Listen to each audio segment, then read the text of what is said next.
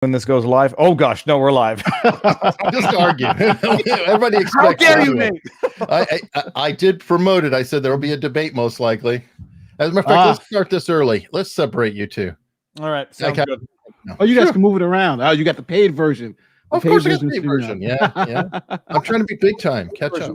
I finally buckled and did it, not because I needed it. I actually just wanted to support StreamYard. I prefer to have the StreamYard logo in the stream so everybody knows how good it is, but had to support. Put it in. It's really fantastic. They got a really good product out of there. They do. If and when StreamYard will allow or enable super chat tipping type thing, I mean that will be amazing. A game changer. Yeah, that'll be a game changer.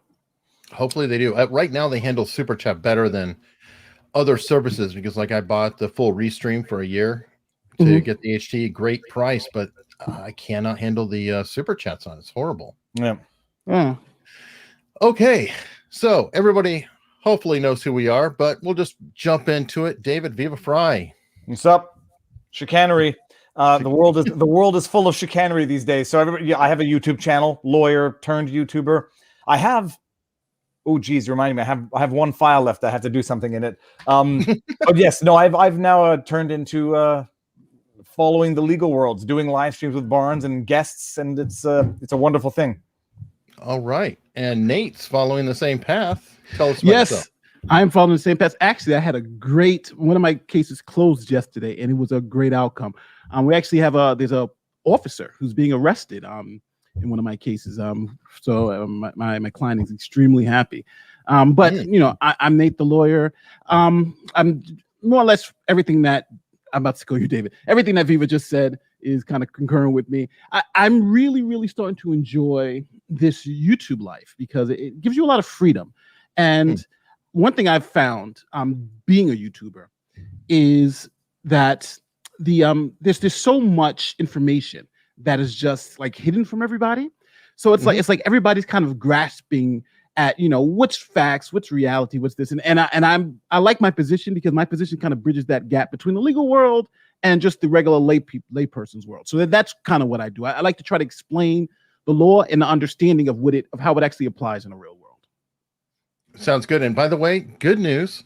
And yes, I'm going to bring this up every live stream, but I'm currently still monetized on this live stream. So let's see how we do here and how long it takes before Eric. I don't think it's me anymore that's doing it to you. My videos in the last 50 videos that I've put up, 20, I think it's 20 some odd, were at one point demonetized and confirmed monetized after manual review. 2 were not. But one of those 2, I have to do a short video on this. One of the 2 is the exact same video. I just had to upload it again because it had a mistake. And both of them now get tagged as demonetized. It was the quarantine hotel. So, and yet, despite all this, YouTube has still given me a rating of 0% accuracy on my self-assessments. It's preposterous. You know what they started doing to me? Reevaluating my. Yep. I'm starting to get scared now that they're going to demonetize my whole channel. Because if you look at, like, they've started to just like re-review them and things that I have not even asked for human review.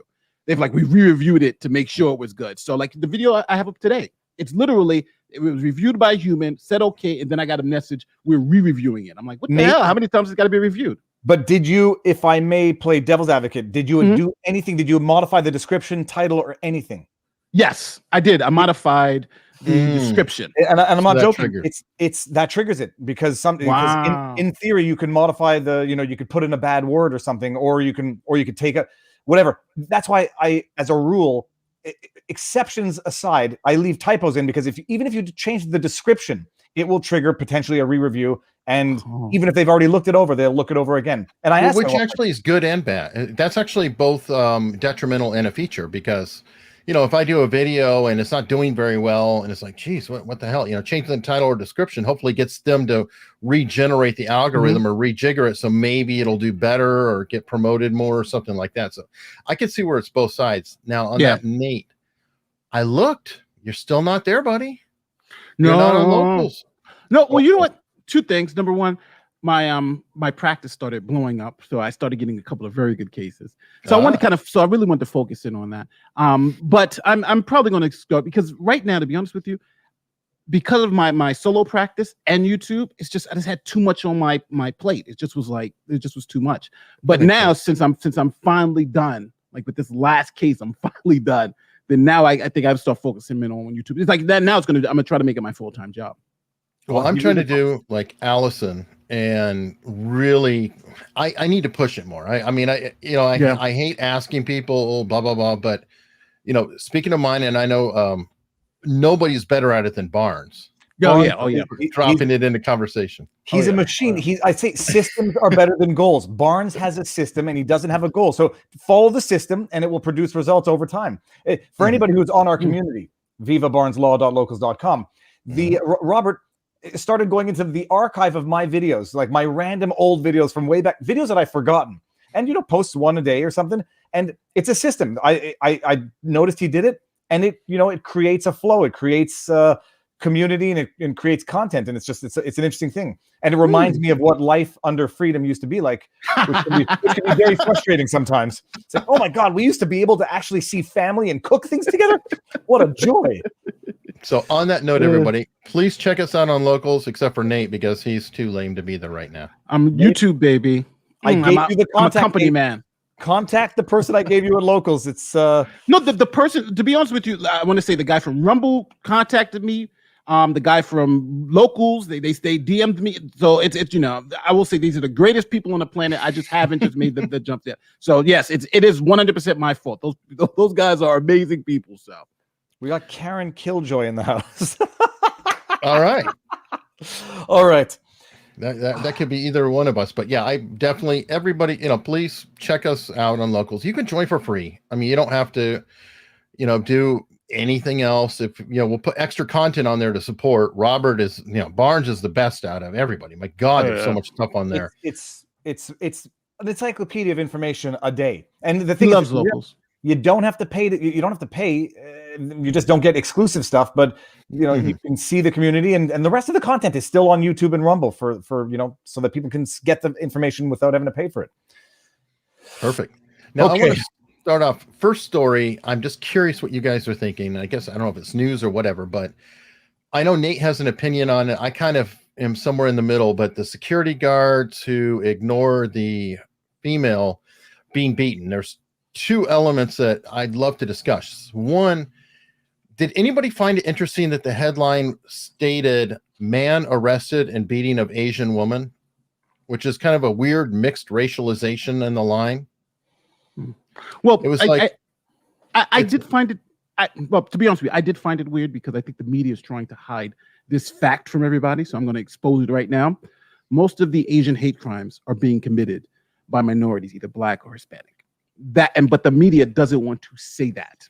The media wants to pretend that it's a Trump-driven problem, and I've been pushing back on that. Even to so a lot of my liberal viewers have been saying, "Nate, are you crazy? No, it's always Trump's fault." But it's I live here in New York, and they've been saying it all the way on the news.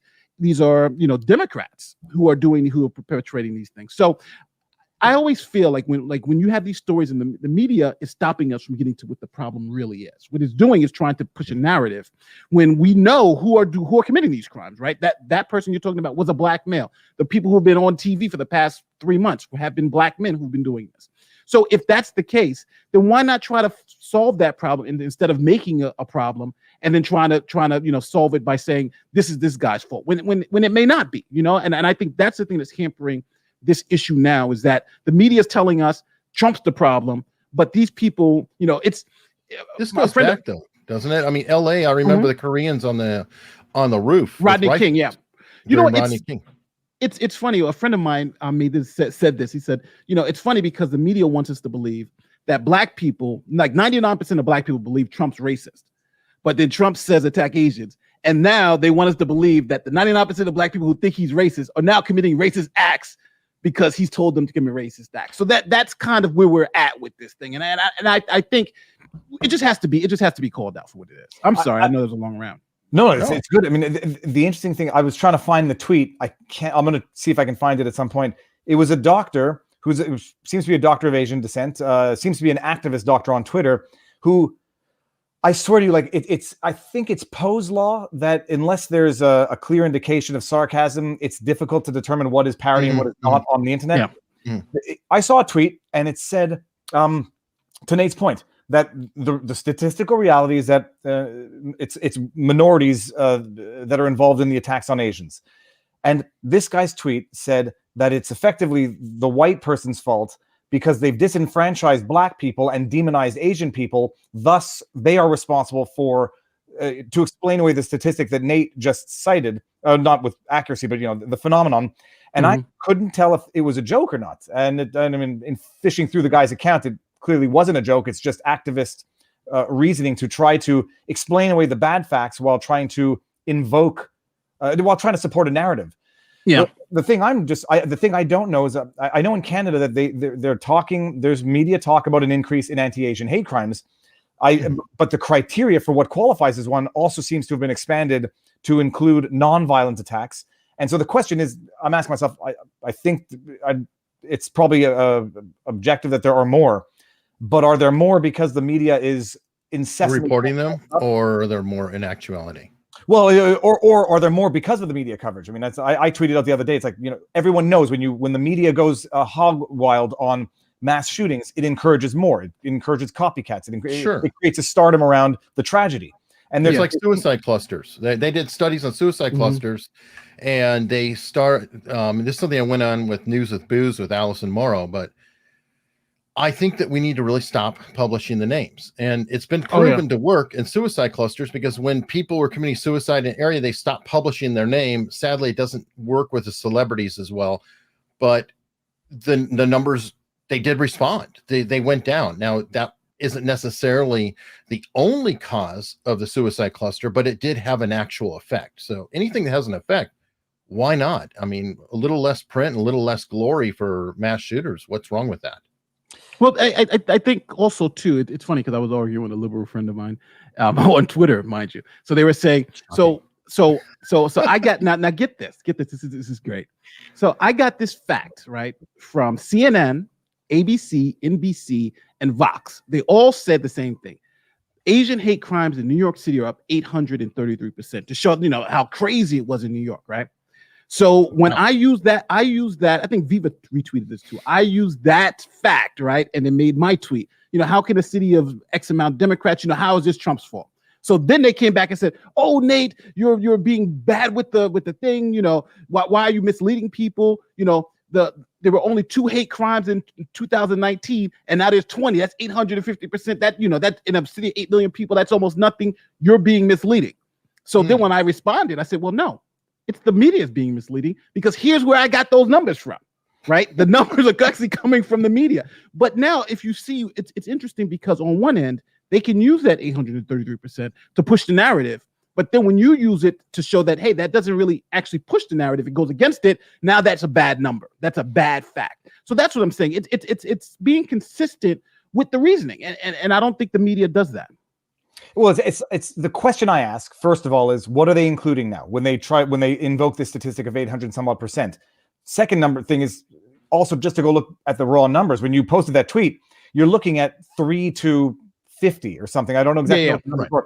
So the far more shocking number is percent, giving it a percentage that is in the hundreds of percent when you're still talking about like in a city of 10 million people. The other thing is, how are they qualifying it? What are they considering to be a hate crime? And the other issue is, with all the media hype, are people reporting what would otherwise be acts of violence, which as far as I'm concerned, an act of violence is fundamentally a hate crime to begin with. But are people now reporting more acts of violence as hate crime as opposed to before? So it is an ecosystem that gets created by the media frenzy. And there's no way of evaluating the accuracy. By the way, charts are my favorite too. I love that, because you could take a nice band and let's say hate crimes or whatever it is went up 5%. They were at 45 and now they're at 49 or 50. What you do is you take the chart and you just scrunch it down to where you're only looking from 55 to 35, and then you just see this gigantic hockey stick jumping up those 2 or 3%, and you kind of make those numbers really small all along. I mean, you could play some serious games. I have a statistician coming on later this month, and that'll be fun to talk about number manipulation. Oh yeah. It's driving me crazy. I want to find the guy's tweets. Anyways, if anyone's in my Twitter feed and I said, "Is this a parody account?" because I thought it was a party account. But the rationale is it's delusional because you want to racialize the stuff that supports your narrative, but then you want to de-racialize the stuff that doesn't support your narrative. And it's the cognitive dissonance that necessarily occurs when all you see is race in everything. Sure. And crime is it's well, that's when you have a conclusion. I mean, if you always have a conclusion, you're going to find a way to back into your conclusion if that's where you always start. Let's just take the Colorado incident. People reflexive like, oh, they took him into custody alive, white privilege. Turns out he's not white. Then you have to back around and say, oh, well, then it would have been the case had it, but it wasn't because I didn't. And then a hate crime against an Asian, they're going to say, okay, it's Trump racism. Oh, it happens to be a minority attacking. Oh, it's Trump induced racism. It's like, there's no end to just arguing towards the conclusion. And I'm call me cynical. I believe the media enjoys creating the problem and exacerbating the problem because it's more profitable for them. And so it doesn't matter if more people end up getting hurt. They get to report on it and say, look how bad it is, even though we've contributed to aggravating the current situation. Actually, go ahead. No, I was just going to say this could all be solved if we stop. If everyone stopped trying to impose conclusions without evaluating the evidence first. Like even with the Atlanta shooting, everybody was saying the Atlanta shooting was a hate crime, right? It was a hate crime.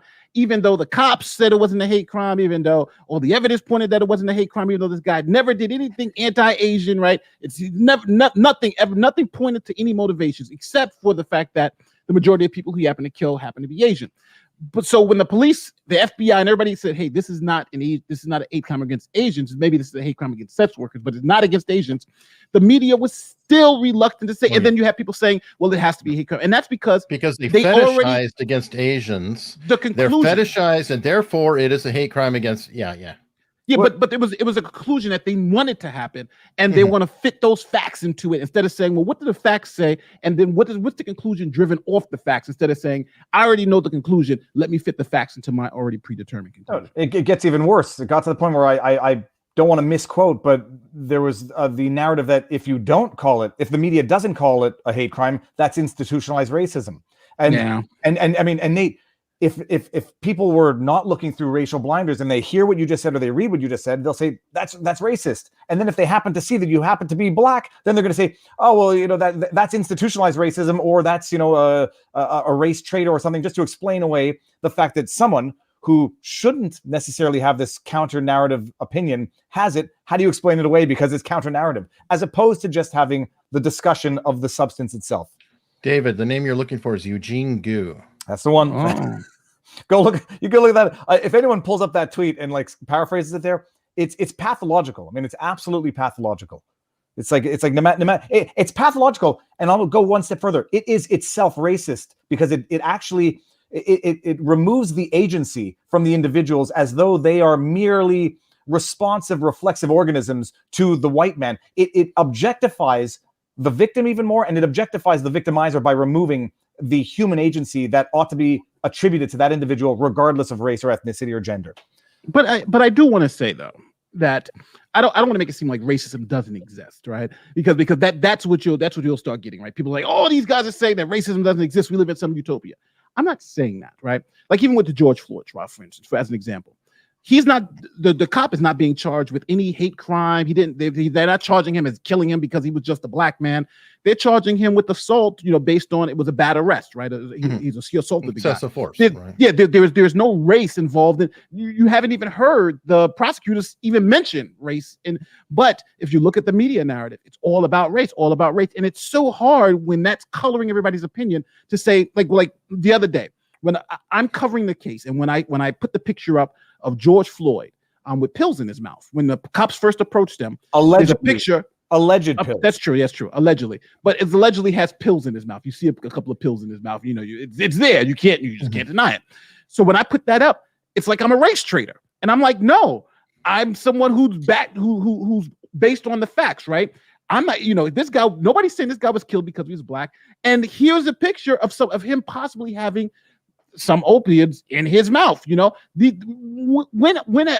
now it's gotten to the point where facts don't fit the narrative that I'm supposed to walk, then I'm the racist. And it's hard because you can't have honest conversations anymore without being labeled either a racist or a race traitor. And well, good news, Nathan. It's not right. Nate, you get to hear some nice racist remarks levied at you, because as soon as you step out of line, then they're a free flow, and they can call you every kind of race, or we'll just say ist term. I notice every YouTubers are even afraid to say the full 2-syllable word, so they'll throw every ist term at you.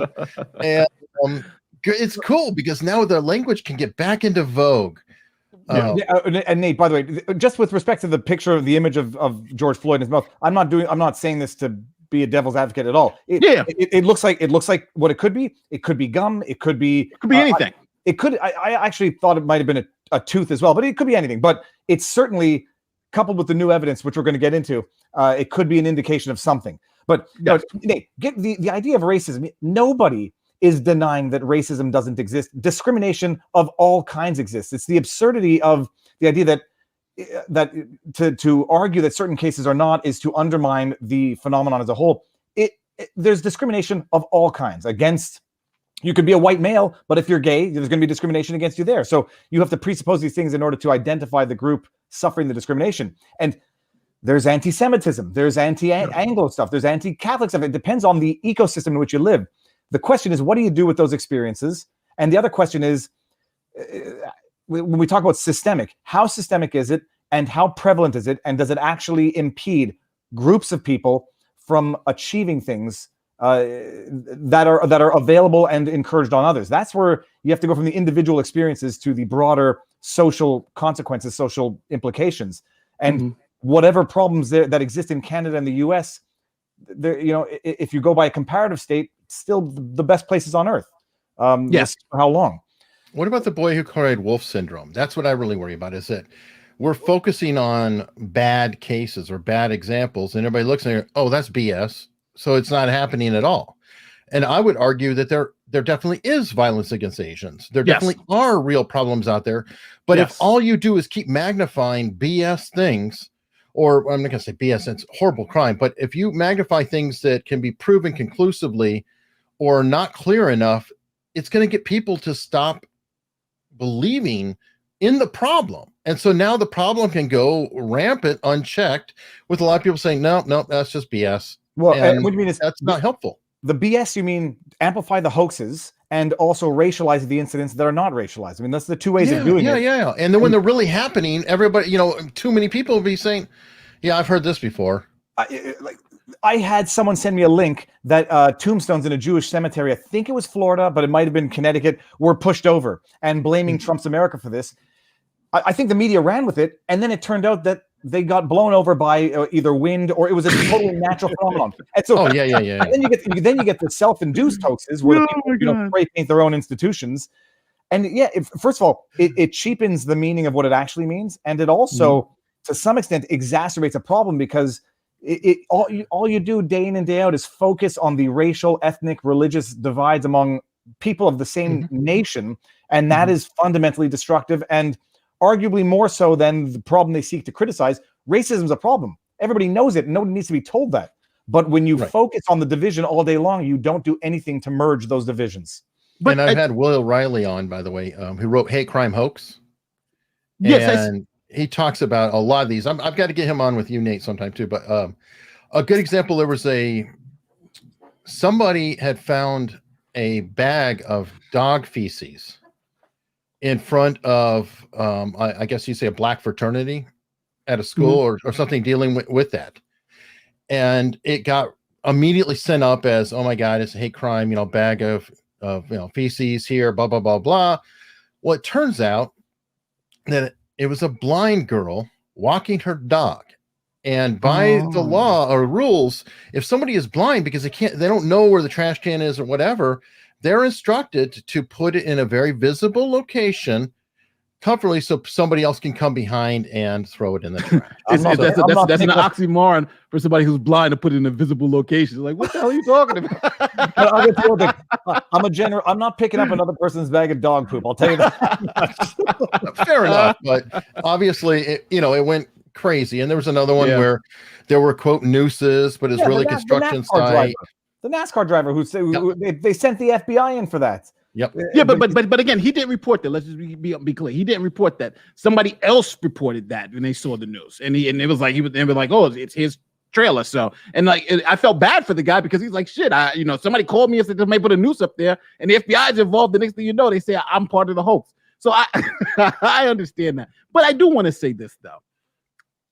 There is institutional racism, or I believe there is, and what I mean by that is things like redlining, for instance, right? Mm-hmm. And for people who don't know, redlining, when back in, let's say, the 50s, 60s, and even up until the 70s, there was the United States government would back houses where if a white family bought a house and it was a first-time home buyer, they would back the mortgage.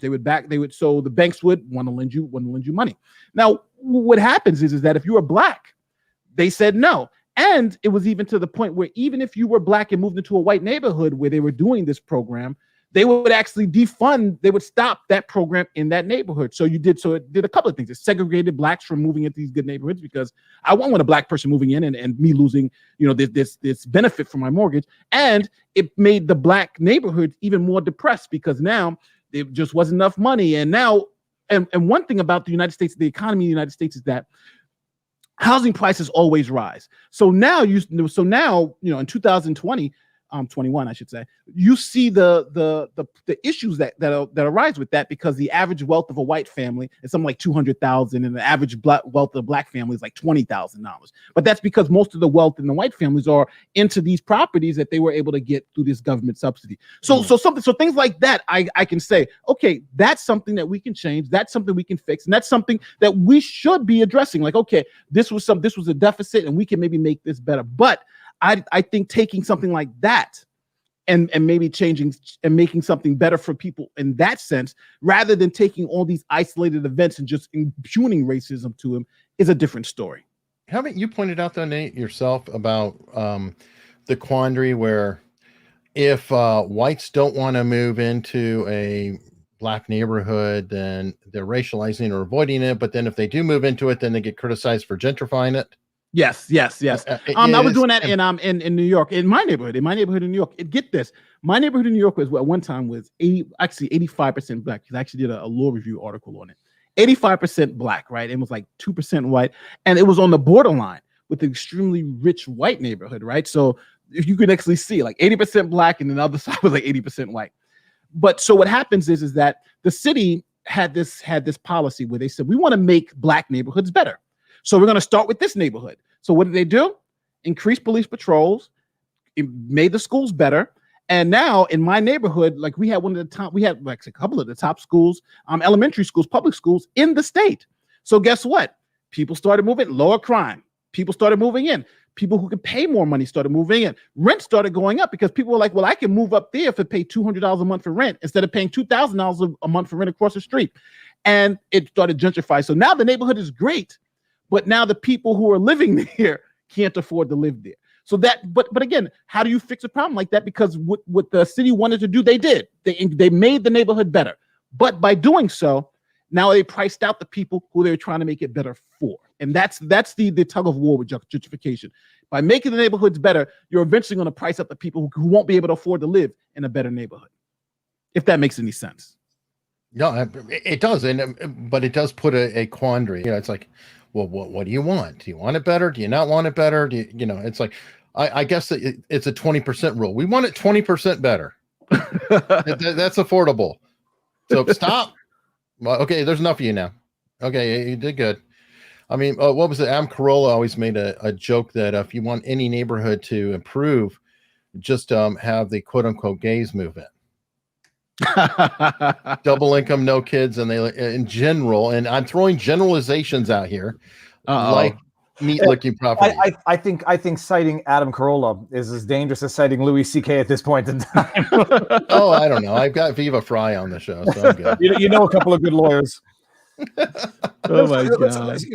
Do we get into the Chauvin updates? Because it's yeah, we can definitely. Well, I wanted to cover a little more on the New York because I think the Chauvin's going to go probably and just eat up a ton of time.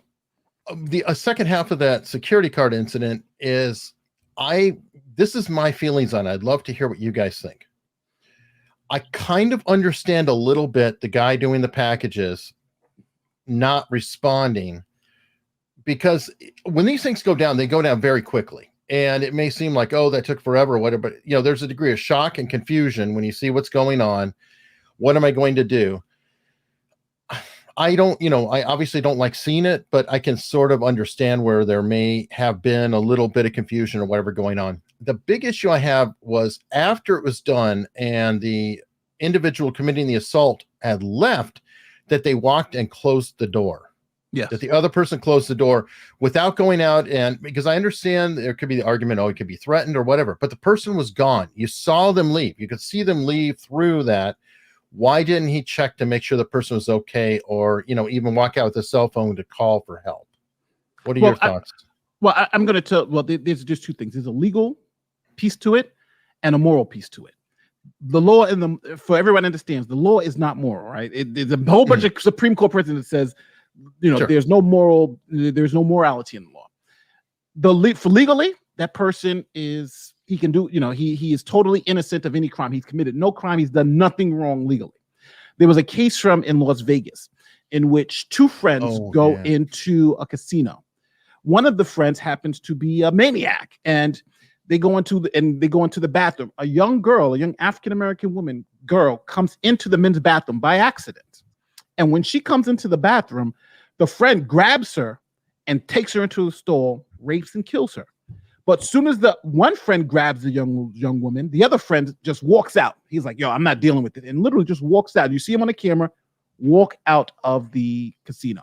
The young lady is killed, and this person is convicted of the rape and murder of this young woman.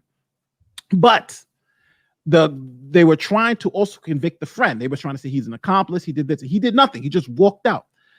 And though you have the right, you have no duty to protect someone else's kid. You have no duty to go to render aid to someone. If you're a law enforcement like I do, we do have a duty. I would have to render aid.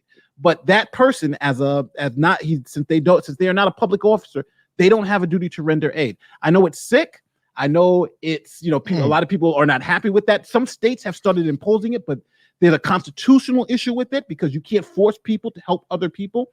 But that's the legal aspect of it. That security guard had no legal duty to assist that person. Now, morally, though, speaking, I think, of course, he should have. The closing the door was horrible. But if we're talking about just from a legal perspective, that person had no legal duty to help someone, even though they saw them injured, which is, I know, sick, but that's just what it is. And there was the other incident relatively recently. I mean, I don't know how many years ago now, the three kids who saw the guy drowning and laughed and recorded it and didn't call for help, and the guy drowned to death. And there was a whole outrage as to whether or not you press charges against these kids and whether or not you can. And the consensus was you can't. But one thing, Nate, wasn't there the Supreme Court decision that police do not have a duty to render assistance with the woman that was kidnapped and held in an apartment, and then there were patrolling cars who knew and they didn't do anything? I thought there was a precedent. All right, there's two levels to it. There's precedent where you can't, where the police don't have a duty to protect you either. But under state law, like each state passes its own law. So under New York state law, that law says if you are a police officer or a peace officer and you see a crime happening, by being an officer, you now have a duty to help. If you're a police officer, you have a duty to effectuate an arrest, or if you're a peace officer, you have a duty to at least get some help. So it all depends. If you are a police officer under state law, that's under the federal law, no. But under state law, yes. Okay, and then the question would be, the follow-up to that, this security guard, do we know that? I mean, the details matter. If he's just building security would go in scare quotes. If he's just building security, it might be different than if he is, I don't know what would the next step would be. Certified. All security guards in New York, in the state of New York, are licensed. A security guard does not have a duty to act in the state of New York. But if he was a peace officer or a police officer, he would have a duty to act, and he may have even been arrested and probably lost his job if he was a police officer or a peace officer. What I just can't get over is the individual was released on bail, if I'm not mistaken, something after having killing his mother. His mother. Yeah. There's bail reform in New York. Bail reform. Well, we talked about the bail reform a little while back. Bail reform in New York. They let this guy out, and bail in D.C. They keep in the two meandering protesters who walked into the Capitol Hill for weeks on end and subject them to psychiatric evaluations under the bail conditions. Two-tier legal system. Yes, but also, somebody mentioned in the chat about the Good Samaritan laws, and those Good Samaritan laws is if you render aid to somebody in need and you harm them, then you can't be sued. So that's I was going to bring that up. Those are important to put into place, right? Because some people would avoid having any kind of doing any help because they might get sued. Wasn't there a drug dealer? I don't know if you reported or somebody else, where somebody punched a drug dealer, almost killed him, and they went to prison. They're in prison right now.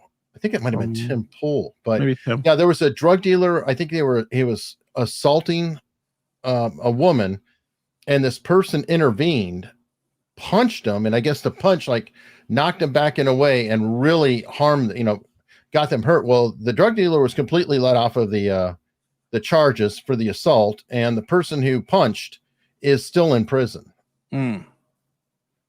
I don't know about that one. I'll just the duty to aid is so that if you see, the idea, the Good Samaritan law is that if you see someone choking or you see someone with a heart attack and you do chest compressions and you break their rib cage, that they don't sue you after breaking the rib cage, which I believe happened in Canada at one point.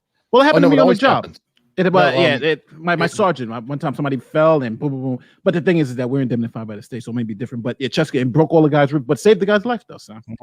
Yeah, it happens quite a lot in CPR. Broken ribs. It's not uncommon at all. So it's kind of hard. And actually, you know what?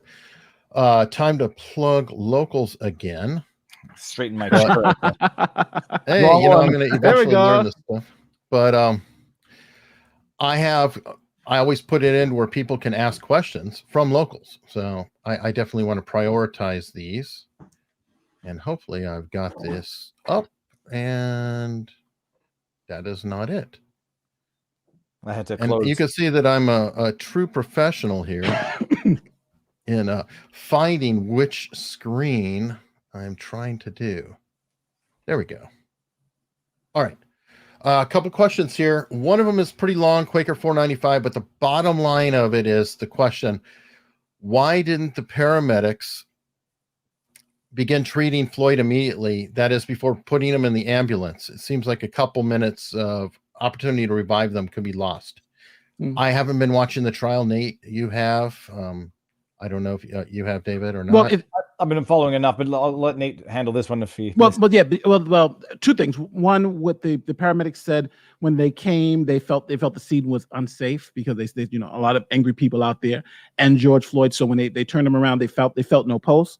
So what they did was if they flipped him over and said, we'll take him. And actually, when they put him in the van, in the we call it the bus, but when they put him in the ambulance, they just drove a couple of blocks and then stopped the ambulance and then committed the CPR. So the EMS saying that they didn't feel the scene was safe to stay there and start chest compressions immediately. But the paramedic did say he checked his pulse and he assumed he was already dead.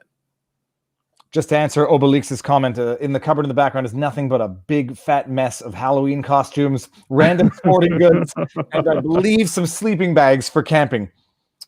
Oh dear God! now you see the full beauty of the studio. I'm thinking of investing $600 and getting panels to put on the ceiling and the wall in the back, and it'll be like just black panels. Nice. Oh, there you go. Hey, you could always do. This is my cheap variant. That's $100 of bookshelves from IKEA. Oh, that's nice though. I like them. It works. It works enough. And then everybody can look at the fine Nate Broady back. Where's Yoda? Where's Grogu? My daughter takes her and she plays with it, and she calls it Daddy's toy. So, but she gave me Play-Doh instead. So now I got Play-Doh. Yeah, but where's your Jason? Where's your not your Freddy Krueger? Your Jason mask? Oh, it's right here. Right here. People say it's afraid. It's actually signed by the first guy who played the character of Jason. That's like nice. 20, 25, 30 years ago. It's amazing. So I do this thing. It's like David Prowse playing Darth Vader. It's like, yeah, I played the guy in the helmet. You would never know. Yeah, that's true. Yeah. They hate me so much they even replaced my voice. and Nate, I do agree. It is better the other way. So it is better not to have it. People pay attention to the background. I used to have like a HomeSense RAM head in the back, and then someone said, "What's up with the Baphomet?" And I had no idea what a Baphomet is. I don't even know a Baphomet.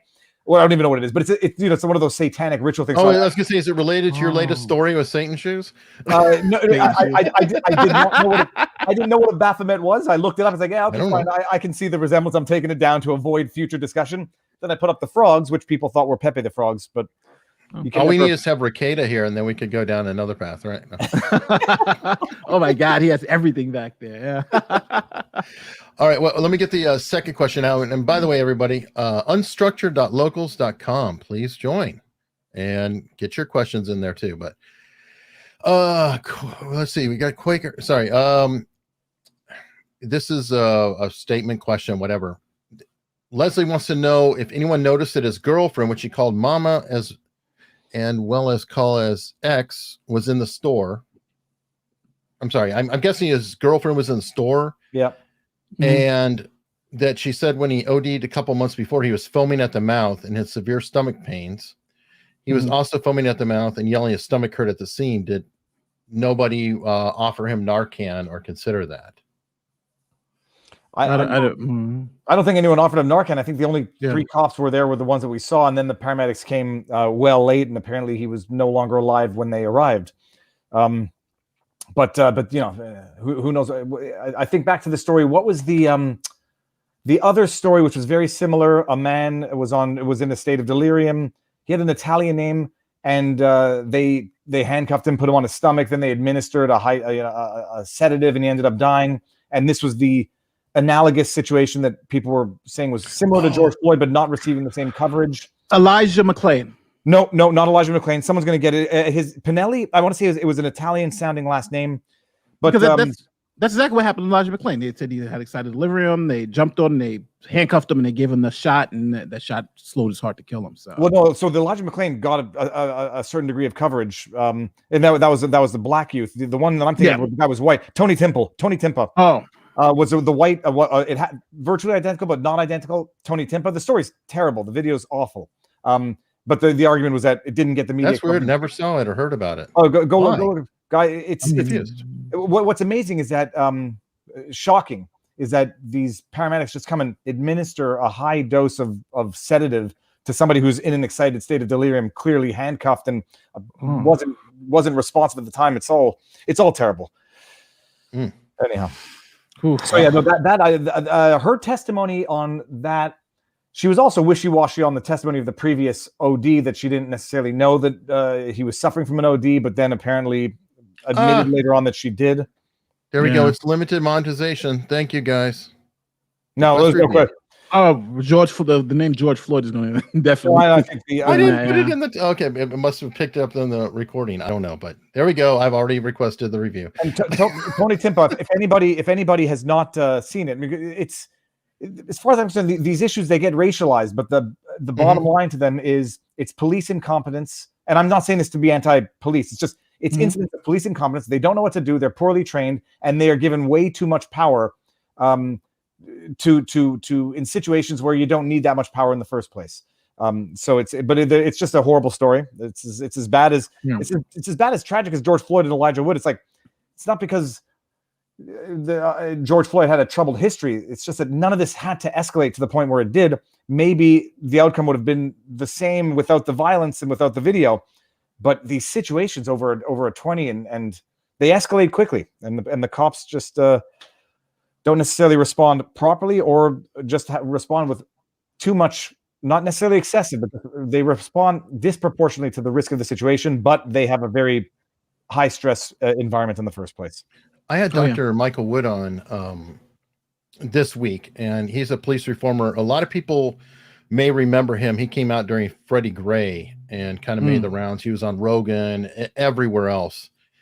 And he was a Baltimore cop, another person I definitely want to put with you, Nathan, but he was a Baltimore cop. He went out of it, and his argument, and I think he has a valid case, is that society is putting out expectations of a procedure of force, if you will. Like if somebody's doing something relatively minor, there's I forget the term. It's not escalation of force, might be continuum of force, but there's a specific term to it. It's called the force continuum. Force continuum. Thank you. And essentially, it's a matter of, okay, you talk to them, they're not listening, and then you can use a baton or you can use a taser, and then if you go beyond that, then it's lethal force. And he said that people are fine with the process or the system, but they don't like the outcome all the time. Yes. And if they don't like that outcome, then they really need to start exploring what the system is.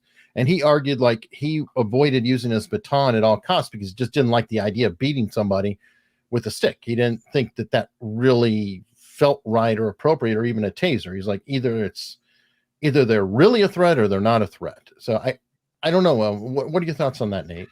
I've pulled out my baton. Matter of fact, the only weapons I've actually pulled out was a baton once. And that was based on an armed robbery where we're chasing a guy onto a roof.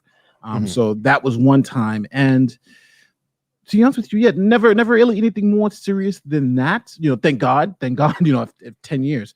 But I think the use of force continuum is a guide. It's a guide because it's based on, again, I used to teach at our public safety academy for, I taught there for about 2 years. And I taught actually a couple of other agencies on the use of force. And one of the more interesting pieces to it is that it's based on so many different factors that the use of force continuum, it says if someone has a gun, if somebody has a knife, you pull out your gun, right? If somebody is a boxer and you pull out your pepper spray, you pull out, so it's supposed to be reactionary based on the suspect. But sometimes there are other factors that you have to, like, if there's 3 suspects versus one of you, then that allows you to pull out your firearm or even your baton because, there's more suspects. Or if there's more officers and 1 suspect, then obviously you can't all pull out guns if there's only 1 suspect, and so forth and so forth.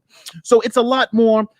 Again, that's why police are trained, for 6 months to a year before they actually go out into the street to learn these different nuances and understand this. Most people don't realize this, but every time police use force to effectuate an arrest, that's an assault. It's technically an assault, but it's a justified and authorized use of force, an authorized assault under state statute.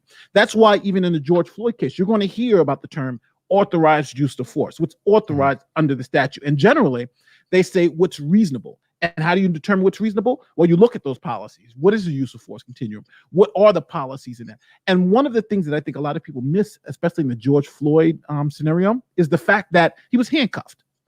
A handcuffed suspect, when you're dealing with a handcuffed suspect, I don't care what the police department you're at, they always tell you any harm that comes to a handcuffed suspect, it's going to be looked at as if you use excessive force because the person is handcuffed. And that's what I think is happening here. I think a lot of people, it's like, I understand, the excited delirium. I understand that people saying, he may have OD'd, that type of thing. But the defense has a very high burden because that's what you heard today. When I was listening to this morning, if a suspect is in handcuffs, the technique, one of the more interesting pieces that I think a lot of people are missing, and this may just be because I taught. Just so everybody knows, I'm a certified handcuffing instructor for law enforcement officers. I have the certification. When you're training people to place handcuffs on in the prone position, that's face down, and the one thing they tell you is that position, the knee on the back, actually not supposed to be the knee on the back, it's supposed to be the knee on the shoulder. But when you have somebody in that position is only to place the handcuffs on. When I'm trying to place the handcuffs on you. After I get the handcuffs on you, then we're supposed to put you in a recovery position. And if the person continues to kick, then we do what we call maximum restraint. That's when you then tie up the legs and do this, but you still put them in a recovery position. And even in the training manual in Minnesota, here in New York, wherever you go, it always says put them in a recovery position because they can get what's known as positional asphyxiation. And that's the key point that I think this trial is going to come down to, because even though he was struggling, even though when he first fell out the car, he went face down, every manual tells you, you must, as soon as possible, turn them over to avoid positional asphyxiation. They didn't. They held him there for 8 minutes, and I think that's very damning. And I know what the use of force experts are going to say. Why? Because I would have said the same thing. I know what the lieutenants are going to say, and the reason why is because it's standard practice. And just like you heard today, for anybody who's watching the thing, when they asked the lieutenant, the guy who oversees their department and is investigating this actual murder, he said the same thing. When someone is handcuffed and face down, in any force, especially that procedure, is deadly physical force and is not justified when you have a suspect handcuffed face down. It just isn't. Well, I mean, they say that, Nate, but what about the protocol or the policy that was removed from the MPD's website and training manuals that's what you do? I don't know if there was an exception for when they're handcuffed. And speaking from a lay perspective, I know you can get flack for assuming things I don't know. I say if a guy's handcuffed, yeah, in theory, they can be super flexible and get their handcuffs around and they can still be a danger. But I would imagine that's the most exceptional of the cases. Once they're handcuffed, they can flail around on the ground, but I didn't see that being justified. But what about the fact that it was in the training manuals? If it wasn't, exactly. It was in the training. The training manuals were talking about how to handcuff in the prone position. But even when you look at the training manuals, it says there the struggle could cause the person to have a heart attack. But even after when the handcuffs are on, it says, what do you do now? Place the person in recovery position to avoid positional asphyxiation. I don't know how you get around that, because again, the technique is used to place handcuffs, but it's not used when handcuffs are on to hold someone down in that position, because we all know, and that's what they testified today. Every law enforcement officer is taught, when they're taught the prone position, that keeping someone in that position for more than a couple of minutes can lead to their death, and putting a knee on someone's neck could also lead to their death. I'm not saying it did in this case. I'm just saying what the training universally is generally. Well, and keeping it there for minutes after the individual is non-responsive, whether or not the individual was already deceased, and therefore it wouldn't change anything in terms of, like, it may not be murder at that point. It might just be desecration of a dead body. But keeping the knee on for multiple minutes after there's visibly no response, that's where you get into legal questions as well. Yeah. What about, and this has been my question for a while, that they knew each other. Mm-hmm. And, and even Chauvin's partner, I think there was some sort of a weird relationship between Chauvin and his partner, and Floyd and Chauvin knew each other. I've always kind of wondered in the back of my mind if it wasn't more of a personal thing between them. Is that possible? Go ahead. No, I was going to say it'll be pure hypothesizing. I mean, we know that they worked at the same club. Apparently, the club burnt down, and some people are hypothesizing that it was a counterfeit bill laundering scheme. But background, what does it change that day of? It's either what Chauvin did caused the death, or it didn't. And if the idea is that it was Chauvin trying to get back and actually kill the guy, I mean, that's I don't know. I was just because it does seem weird why somebody would hang on for 9 minutes. No, well, listen, I'll just speak from experience. Sometimes shit just happens, right? Sometimes shit happens. And I'll just speak honestly from when I saw the video. I saw a guy who didn't want to be arrested, trying to, I don't want to sit in the car. I've had that happen before. Sit in the car, oh my God. Did you struggle? The guy gets out of the car. You're wrestling with the guy on the floor. Now I'm thinking about, damn, I got to wash this uniform again because the guy's got me all on the floor, that type of thing. And at a moment in time, sometimes people, you're just saying, okay, what's the easiest thing for me to do now? You have this crowd of people who are yelling and screaming at you. You got this guy who doesn't want to speak. So you say, okay, you know what? Let's just hold him here and just call EMS because we think he may be on something, and that'll get there. Now, when that decision was made, I understand how we could have gotten there. But now we talked about the legal question. And the legal question is, an officer is authorized to use force, but it has to be reasonable and it has to be based on the policy. Now, at this point in time, when you're a minute in, the other officers, right, started saying, hey, maybe we should turn them over. Why? Because they have been trained. If you leave somebody in a prone position, so that's why the first officer says, hey, should we turn them over? Chauvin says no. The second officer, I don't feel a pulse. Oh, don't worry, we're going to leave him here. Then another person even said, maybe we should turn him over. No. Those 3 times when he was told to maybe turn him over, I'm assuming that he's accepting the risk for anything that's happening to this suspect that you're not turning over because everybody's telling you hey, listen, maybe we should turn this guy over. When that happens, most people think they have to convict Chauvin on the murder. They don't. They have to convict Chauvin on a 3rd-degree assault because this is a felony murder conviction. That's This is what I definitely want to get into this part. I watched your video earlier to get prepped and get annoyed. Was it informative? It was very informative, but it really, I find, I'm not going to disagree that the law is there from what I've seen, what you represented. It just seems kind of like a back door into upgrading a manslaughter into a murder, because following the logical path you have there, if somebody is being tried for manslaughter, that's a felony. Oh, we can throw felony murder on top of it and just upgrade it. Incorrect. See, what happens is that, let's say that, now it's funny because I've been doing all this research in the Minnesota law. There's been cases like that. One of the cases was a manslaughter, like a second-degree manslaughter, and they tried to charge felony murder. They were like, "Well, hey, he committed a felony. Now we can charge him with felony murder." But Minnesota has the rule where if the underlying felony is distinct, can be distinct, where you can have committed an assault, and then that assault can turn into a murder, then you can have felony murder. But the felony murder rule can't subsume the underlying charge. So if that was the case where you can charge felony murder for manslaughter, then that would make manslaughter irrelevant. You wouldn't have a manslaughter. You would just have everything would be felony murder. So the law specifically doesn't allow that. But what it does allow is that if someone's committing a felony and that felony is an assault, and and someone dies during the commission of that felony, during the commission of that assault, that's where you get felony murder. And it's happened before. It's happened before in Minnesota. There's a case, State v. Nunn, N-U-N-N. In that case, that's exactly what happened. They had assaulted the guy. The guy had a heart attack during the assault. And as a factual finding, the court found that, it was in the video, the court found that the victim would not have died from the assault. But because they had a heart attack and died, that was felony murder. And that's exactly what's happening here. They're going to try to prove the assault. If he died because the assault was a contributing factor, then you have felony murder. I know that most people don't like the rule, and there are a lot of people out there trying to change it, but that's it. I thought he was being charged for manslaughter too.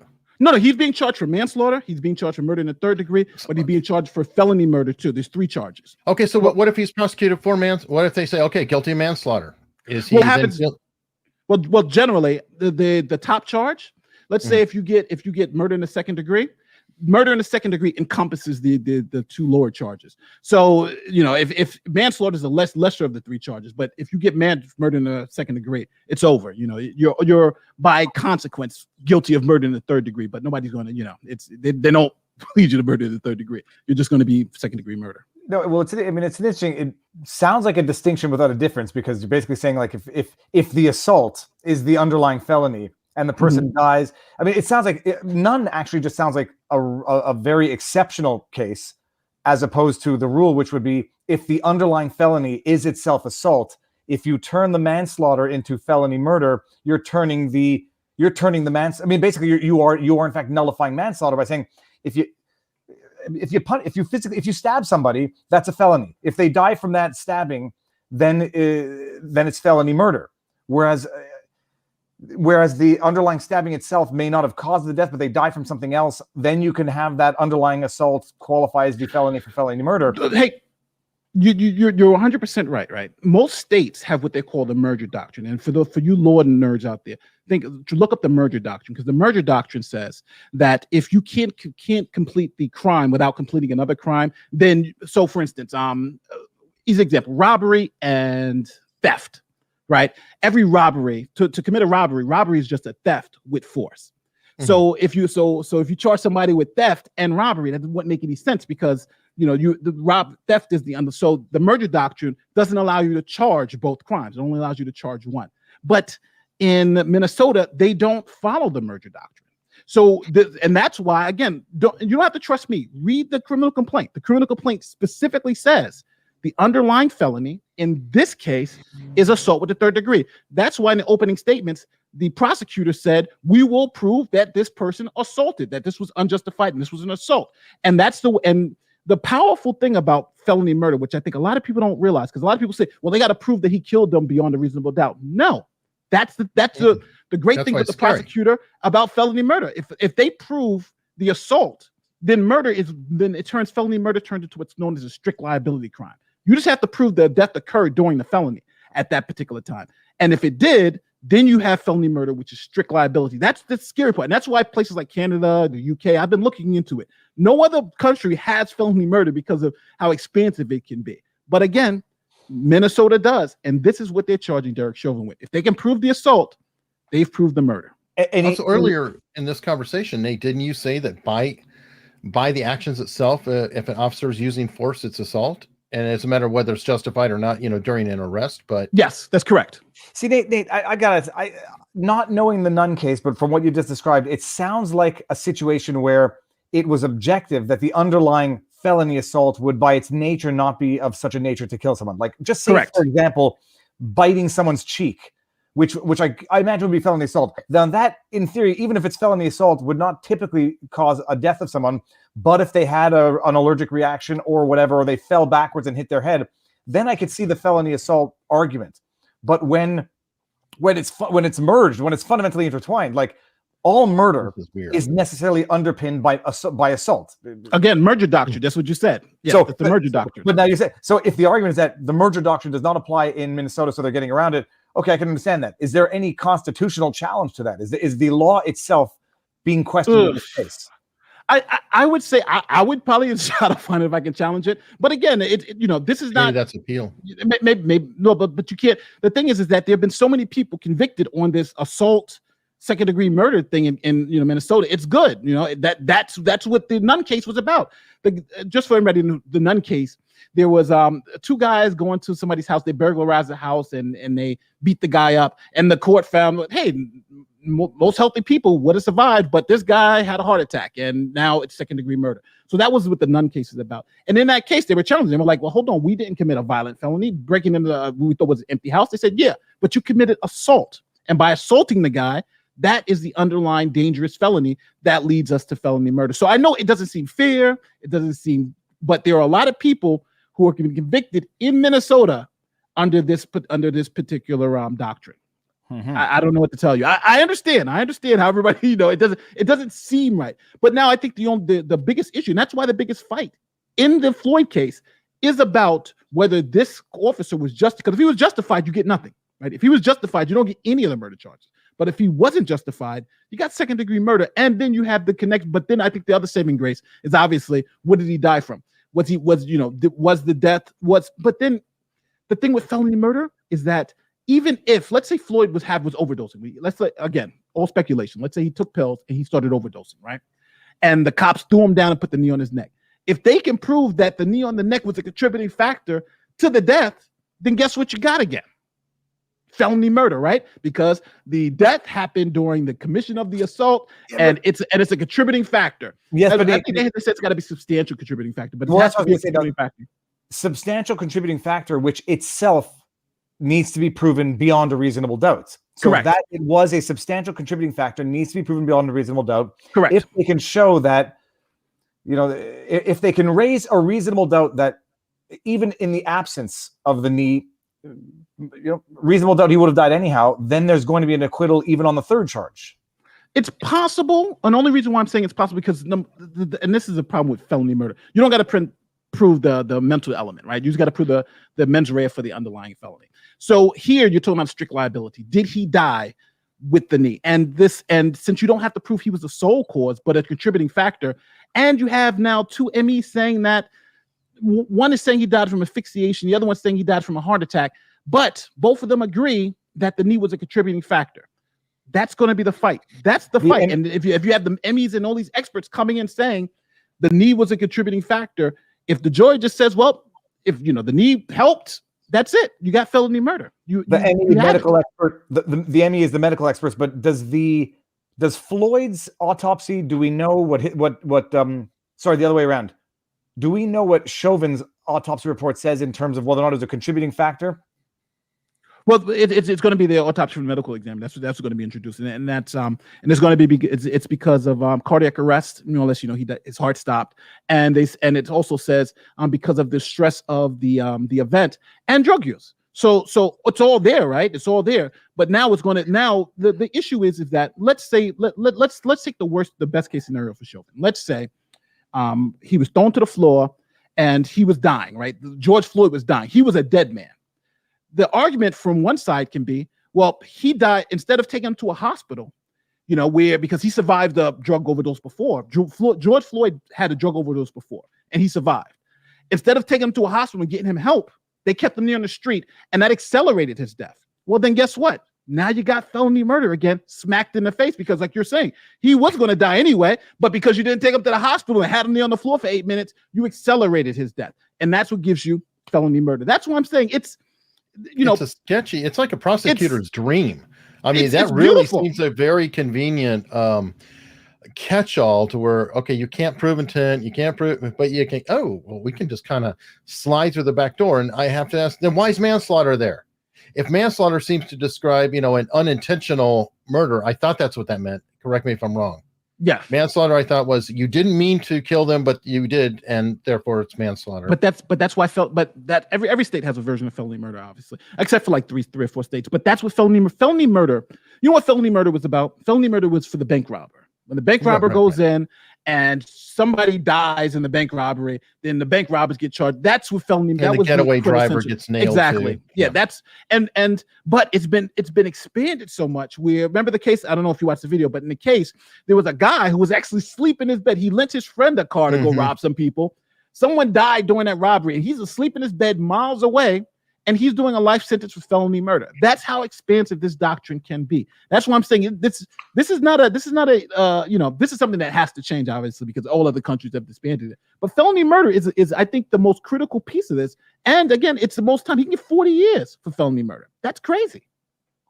Yeah, I mean, and your example of the guy, he's an accessory before the fact, I guess you'd call it. Yeah. But I mean, that one just seems ludicrous in every way. But yeah, it's just, again, and for people, if you guys want to learn more about felony murder, look at things like agency theory, proximate cause theory. There are a whole bunch of different pieces to it too. But the sole piece of it is that if the death happened during the commission of a felony, robbery, assault in Minnesota, then unfortunately you could be convicted of felony murder. If you punch somebody and they fall to the ground and hit their head and die, that's 40 years in prison. Well, everybody, another place to look, go watch Nate's video. I mean, it's really, really, really good. It will inform you on that. And this is a great comment. Tyler's Durden is an autistic blank. Nate's just made me an anarcho-capitalist. There you go. You just created an ANCAP, Nate. But I do want to be clear. I don't know if he's going to get convicted. I would say it's very hard to convict cops. The cop, and just so everybody knows how frequently this thing is being used now. The cop in Atlanta, felony murder. Remember the Ahmaud Arbery case? Those people are being charged, felony murder. This cop, felony murder. The other cops that were holding them down, they're being charged with felony murder. So we're going to be seeing this a lot. The Ahmaud Arbery, I have much less of a problem appreciating. The felony murder versus, the other two individuals, that I have less time, less difficulty understanding than Chauvin, where the felony murder is effectively rendering the manslaughter charge, and it's as though that manslaughter charge does not exist, because if you prove the manslaughter, you have effectively proved the felony murder. Yes, essentially. In fact, now that I say it out loud, how can he be guilty of manslaughter without also de facto being guilty of felony murder? Well, for some reason, they're saying that he can be guilty of assault. He can be guilty of assault and be guilty of felony murder. And that's what they're saying. And I understand. Go ahead. Is he being? From what I understand, he has not been charged with pure simple assault. No. If you look at the I can pull it up right now. If you look at the complaint, the criminal complaint, and if you even just watch the opening statements, the prosecution has put forward as their theory of the crime, as what they're going to prove. They're going to prove Derek Chauvin, this was an excessive use of force, and he committed assault in the third degree. And based on that assault in the third degree, a death occurred in the commission of the felony, and that felony, and since that death occurred during the commission of that felony, that's felony murder. And you can read the complaint, and it lays it out right there. That's what it is. Mm-hmm. I know people are kind of shocked, but read it for yourself. You don't have to trust me. Well, I've got one more on this, and it's continuing with Chauvin. And see, folks, somebody just joined Locals, put a question in, and it's already up here on the show. I'm not as good as Barnes, but damn it, I'm going to work on this. I'm going to get there. Just joined. Hope it's not too late to ask a question regarding Chauvin. The question is essentially, with Nuremberg and the defense of I was just following orders was deemed insufficient. Mm-hmm. Yet that some are claiming that is the defense, saying, "Oh, I was just following my training."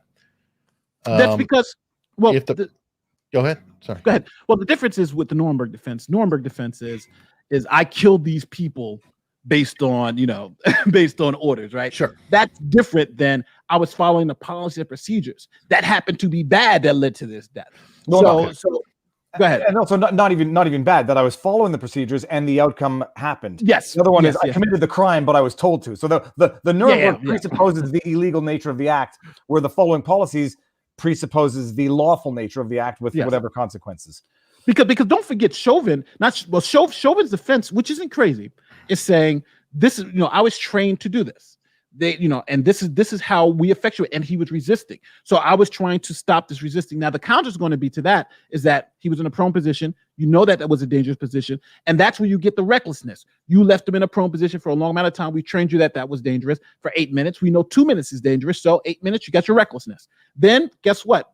Just for fun, let's make sure, that was an assault because you were unjustified. And now we got felony murder. So, again, but the prosecutor wants to get as many charges in as many different ways to get you as they can. And I think with Chauvin, this second-degree murder charge is probably his Achilles heel. This, if anything, this is the part that I think I would be most fearful of if I was the defense, because it gives you the most time.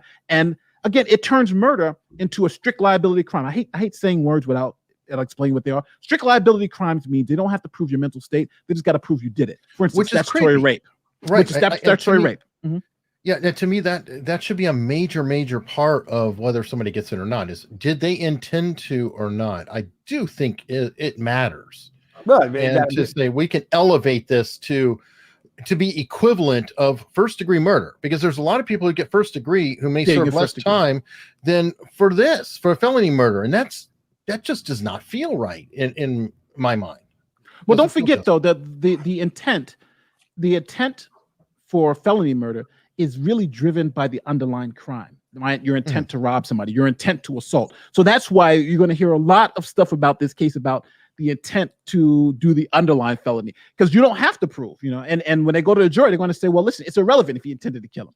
What's relevant is if we have the intent, if he intended, or you have the requisite intent to commit the assault. But he wasn't but if you look at the secondary, that murder charge, it's like I intended to rob that bank and somebody died. So I intended to commit a crime. I don't hear anybody saying that Chauvin intended to assault him. It depends. Intent has a whole bunch of different levels too, right? Right. Well, but I'm saying he intended to arrest him, and he did a really poor job of it, obviously. But that's not quite the same as intending to rob a bank or commit a crime. Let me to distinguish the part. The intent to assault someone, it's just like the intent. Like, say if I take somebody's wallet, you don't have to prove that this person, premeditatedly. The intent kind of is also wrapped up in the actions, and the prosecutor shows, this person did this. The logical intent is that this person was depriving this person of the property. But in assault, in assault when it comes here, he intended to do this, right? To effectuate this arrest. The intent also then transfers to the actions, right? When did this become unreasonable? And that's what they're going to show. He intended to put hands on him. He intended to hold him down, right? He intended to do all that. But now, whether it became unreasonable or not determines whether it's going to be assault or not. So you're right. So and that's one of the big issues with felony murder, is because the intent for assault is so much lower than the intent for second-degree murder, but it transfers and you have felony murder. So. Yeah, and then DSWP says he did not intend to kill him unless they have a mind reader, but that's the issue, is the intent to cause the assault. And read the statute. Read the statute. The statute literally says unintended. You do not unintended murders. That's exactly what the statute says. This is all your fault specifically, Nate. I'm going to hold you personally accountable. You're the law professor, and you are perpetuating this. No, I'm just saying, just read the statute. It literally says unintended murders. The person does not intend to kill anybody, but so it's crazy.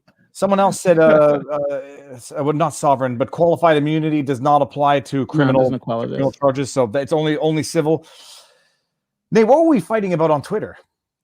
Oh, yes. Okay, Nate was accusing you of an ad hominem on Dr. Lena Wen. Oh no. Because I remember I forgot to even the tweet, but I know you were saying something about look who this person is associated with or doing this. And I'm like, well, hold on. That just I was like, well, that doesn't mean the information. Go ahead. Well, let's back up. I tweeted out a minute and a half. It was a minute and 19-second clip of Dr. Lena Wen on Chris Cuomo CNN talking about how everybody's ticket back to normal freedom is the vaccine, and if you open up now, what's going to be the stick in the carrot to coerce people into getting the vaccine? And she's worried that they won't achieve herd immunity by fall. So first of all, I went in looking not just for the clip that everyone's circulating on Twitter, because I don't think we're going to need more context to understand it, but you never know. Mm-hmm. So I went looking for the original interview, and I can't find it. Literally can't find it. She was on Chris Cuomo. Typically, CNN puts up their interviews. Can't find this one. So then I said, oh, does anyone have the context for this? And yada, yada, yada. Then I went to Lena's profile, and she's a doctor who happens to be a contributor to CNN and the Washington Post. And so I said, tongue in cheek, yeah, sometimes we want to understand how someone can say something. This pretty much explains it. And then Nate said, who she associates with doesn't necessarily mean anything. Let's look at Donald Trump. And then he sent me pictures of Trump with Clinton and Trump. Al Sharpton. So, which I said the troll in Nate. You see, half of the time I think he's trolling a little bit too. Oh, hold on 1 second. Keep talking because I can still hear you. I'm sorry. Get some at the door. No, so then Nate says, I said to Nate, it's like, that's a useless distraction and it's a bad analogy and a useless distraction. And then Nate says, why is it a bad analogy? And I said, it's a bad analogy because now instead of discussing the issue, we're fighting over why this analogy is bad. So it's and I said, ultimately, analogizing, I said all roads lead to Trump at some time, but they don't. In fairness, you have in the past, I know, busted on me because I love analogies, and even when you don't disagree with me, I can't think of how many times you've told me, okay, you're using an analogy, it doesn't fit right, analogies are terrible, don't use them because as you put it, go down a path. Well, I'm not even going to quote Scott Adams, but he says analogies are useful to make someone understand a concept, not to prove a point. And why do you need to discuss an analogy in an argument when you have the argument? The analogy is not going to make the point that the actual example can't make. So, in terms of it being an ad hominem attack, look, it is, but it's a subsidiary one because I don't need to get ad hominem to raise a legal concern to literally predicating freedom on forced medical intervention, even if you think it's minimal and whatever. I don't even, that's the substance. But then I want to go, how can someone, I want to understand someone's reasoning. How can they actually espouse this belief? If I find out that they are literally contributors to literal fake news and call it bias, I consider CNN to be fake news, propaganda, misinformation. If this doctor is a contributor to what I believe to be fake news, propaganda, misinformation, it's going to explain a lot. It may not make her wrong, but it might explain how she can be, and it might make me more skeptical to whether or not she is in fact right, being a contributor to what I believe to be beyond fake news, Washington Post, CNN. Well, that's like if I read something from Media Matters, I have a certain expectation. So I do understand that. And really quickly, cool super chat, and I do want to address it, especially. Senor Frei. Yeah. Hello from Alberta. Can they show evidence in defense saying that this procedure, the knee in the back, rarely, if ever, ends up killing a detainee? Well, that's where you got the problem called with what's known as also the eggshell plaintiff or the eggshell victim rule. You take the victim as they are, and that's exactly what happened in the Nun case, right? This guy would have survived, right? And anybody else you slap him around, they would have survived, but this guy was just an eggshell. So that's one of the issues here in the United States is that you take the victim as they are. If you push somebody down and they die, that's on you. Same thing in Canada. One of the cornerstone criminal cases was a guy punched a guy in the face. The guy ended up choking either on his vomit or on his uvula, and the guy got charged. It's like, well, I just punched him. That wouldn't kill most people. Too bad you take that victim in the way that he came. And the more substantive question for Chauvin, and Nate, you brought it up. You did a fantastic breakdown. Is the previous acquittal of a cop who did virtually the same thing for 15 minutes. Now I'm saying that should be one heck of a negative precedent, but I asked Barnes, and Barnes says it won't make it into evidence, and even if it does, very little, if any, precedential value. I agree with Barnes with that. Two things. Number one, well, it may make it into evidence, and the reason why is it's part of the training documents, right? It's part of the training documents. If I was Chauvin and his attorney, I would want that to be in. You know why? Because it was in training documents. And I'd be like, well, you can't now tell me that I can't do this for 8 minutes when you got in the training documents that somebody did it for 15 minutes and the guy died. I did it for half the time he did. And now you're saying that it was unreasonable. Why would you put it in a training document? So I think there's some play there, right? Why put the case like that in the training documents and then tell me I can't do it for half the time? That killed that guy. I thought I was doing it for half the time. It's in the training document. So I think it's something that could be used. And if I was Chauvin's defense team, I would be using it. I'd be like, no, they put it there, so I have to use it. And that's it's an amazing thing because, first of all, people hate lawyers because they can argue a position that they don't believe in. I've said it from the beginning. I had a bad feeling and a bad impression from what I saw with Chauvin. A lot of the new information that came out should attenuate that position. I still know what I think because once a guy's not responsive and you still keep your knee on his back, the arguments for why the knee was there in the first place fall. But when you learn all these new facts, man, it's gonna create a reasonable doubt. And the precedential value is one thing. If I'm the defense, I am sure as sugar calling whatever sergeant that was that says that he found this to be excessive force, and I'm gonna ask that sergeant, okay, good, is it not in the training manuals? And if you think it's excessive force, then maybe it's an institutional problem. And I think it is, and not necessarily specific to this case. And you will get that in, and you'll get whoever trained Chauvin in, you'll get whoever prepared the policy in. I mean, I genuinely think that could be enough. Maybe not for everyone to be convinced, but you just need one member of the jury to think there's a reasonable doubt. But don't forget, though, you still have to get over the fact that the technique that they're using was to put handcuffs on. And it specifically says when the handcuffs are on, then you got to roll them over. Yeah, so you still have to get over that particular piece of it. Yeah, we used it, but the training, and we put that case in, but the training manual specifically says, with those to put the handcuffs on. Now, and in that case we're talking about, that's 15 minutes for struggling to put the handcuffs on. Like they didn't just hold them down for 15 minutes. Okay. They were struggling to put the handcuffs on. Yeah. Okay. That's a very material distinction that's going to allow me to go back to my initial reaction to the incident. In that particular case, it took them 15 minutes to get the cuffs on. It wasn't that the cuffs were on and they had his knee on his back for 15 minutes. No, they were struggling. That was that guy, and that was the excited delirium. They were struggling, and that's why they were let off. They were like, the guy was still fighting, even to the point where we're trying to put the cuffs on. So, it just, I think that's the difference here. I know this is going to be crazy. When he fell out the car and he's wrestling and they just stabilized him, fine, okay, knee, whatever, right? Training, right? All right, you got it. But 8 minutes, I think you're just too long. I honestly just think, I think, and even if he was going to die, if that death was accelerated in any way, or they can prove that it's just hard to get over 2 medical examiners, all this. But again, a jury can feel like, hey, you trained them. Cops are allowed to make mistakes, and that's what happened in New York. In New York, with the chokehold one, cops, they came out to cops are allowed to make mistakes, and that's a piece of it that can't be understated.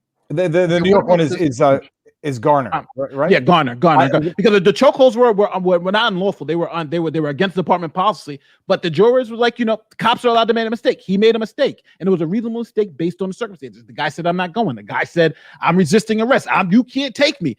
And the cop did what he thought was necessary to effectuate that arrest. Call me a whatever Canadian.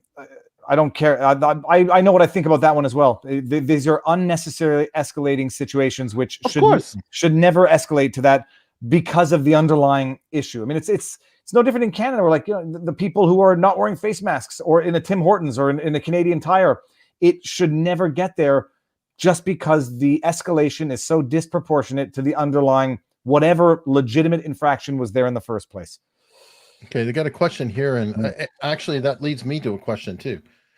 This one is, if Chauvin is found not guilty, do they continue with charges on the other cops? And then my question would be, how about felony murder for all of them too? Yeah, they're going to be charged with felony murder, because they were, it was in the commission of a felony. And again, with felony murder, you don't have to be the one to commit. It's well. Let me step back. It's broad. In Minnesota, felony murder deals with what they call the agency role. That means one of the felons, one of the people who are committing the felony, if they commit a murder, then everybody, all the felons that were involved in the act, also are impugned with the murder. So that's the theory they're going to go with the other cops. That's why they charged Chauvin first, because if they can prove that assault in the third degree against Chauvin, they can then take that and use it against these other guys. Well, look, they were involved in the assault in the third degree. This is, so it's that's the reason why. So yes, I would be surprised if they weren't charged with felony murder, for the assault in the third degree. I know it doesn't sound sexy, but that's probably. No, but I think the bigger question I asked Barnes, and I mean, I think I know the answer, but if Chauvin gets acquitted, they can still proceed with the trial against the other three, but in all likelihood, of course. Okay, but they would then have to again prove the third degree of the underlying assault again. Yeah, and people don't appreciate this. Is like, you think if one got acquitted on the charges, in theory it should fall for the other three, but it's conceivable that they could stick for whatever the reason against the other three. But I would imagine if Chauvin, who's the most egregious, if there's an acquittal there, they're going to drop the charges against the other three and not go for a trial on the three lesser involved. I don't know. It's so political. I wouldn't count on it. Yeah, to me it'd be too political.